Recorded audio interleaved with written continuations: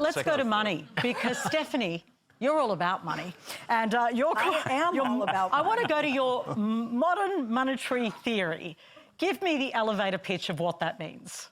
It means we want to tell the truth about how the monetary system works. We want to be honest about the capacity of a currency-issuing government, like the Australian government, the Japanese government, the British government, the US government, the Canadian government, and so forth and so on, and recognize that countries that operate with their own currency, that issue their own currency, do not and cannot operate their budgets like a household, that things simply work differently. And when you talk about governments needing to, quote unquote, find the money, it's as if we think we're still operating on a gold standard and somebody's got to go dig a hole in the ground and pull gold out in order to be able to spend money. But the issue with going into more debt is inflation. That's the issue, isn't it? Okay, but I didn't say anything about debt. So far, I'm just trying to have a, candid conversation about where the money comes from. So let's understand that in the modern era, when the Australian government decides it wants to spend more, the instructions go to the Reserve Bank, and the only way the government can spend is for the Reserve Bank to change the numbers in the bank account so that the deposits increase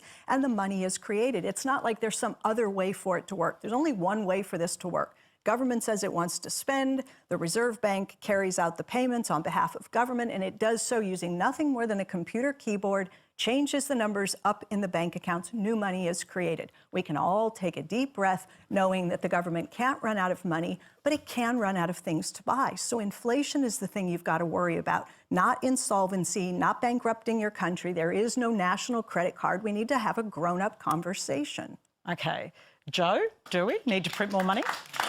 Well, as Dr. Kelton just said, inflation is the thing we need to worry about, and printing more money causes inflation. No, it doesn't. Well, OK. Then I'm wrong.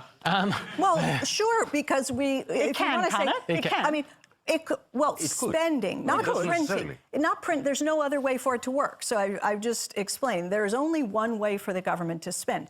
Can the government spend too much? Yes, of course. We can have, in total, too much spending in the economy. The economy doesn't have the capacity maybe to keep up with all that demand, and you get some increase in prices, sure. But, you know, we spent the better part of a decade before COVID with people saying governments were printing money. The US was printing money, Japan was printing money, and the UK was printing money, everybody was printing money, and there was no inflation. For a decade in the US, a decade across the Eurozone, 3 decades in Japan, printing, no inflation to show for it. So inflation finally showed up, not because anybody printed any money, but because COVID showed up and broke supply chains. And then the inflation was the natural consequence. Okay. Especially given after 15 years of zero investment in Europe and in the United, or very little investment in the United States. So supply had been constrained because we were not investing all this time. But 100% of the inflation was not supply side. No, but everyone who's looked at this, at least in the US context, but look at the ECB. Look at people who've done the autopsy, that go back and really do detailed analysis and say, where did this inflation come from that we've experienced over the course of the last 3 years or so?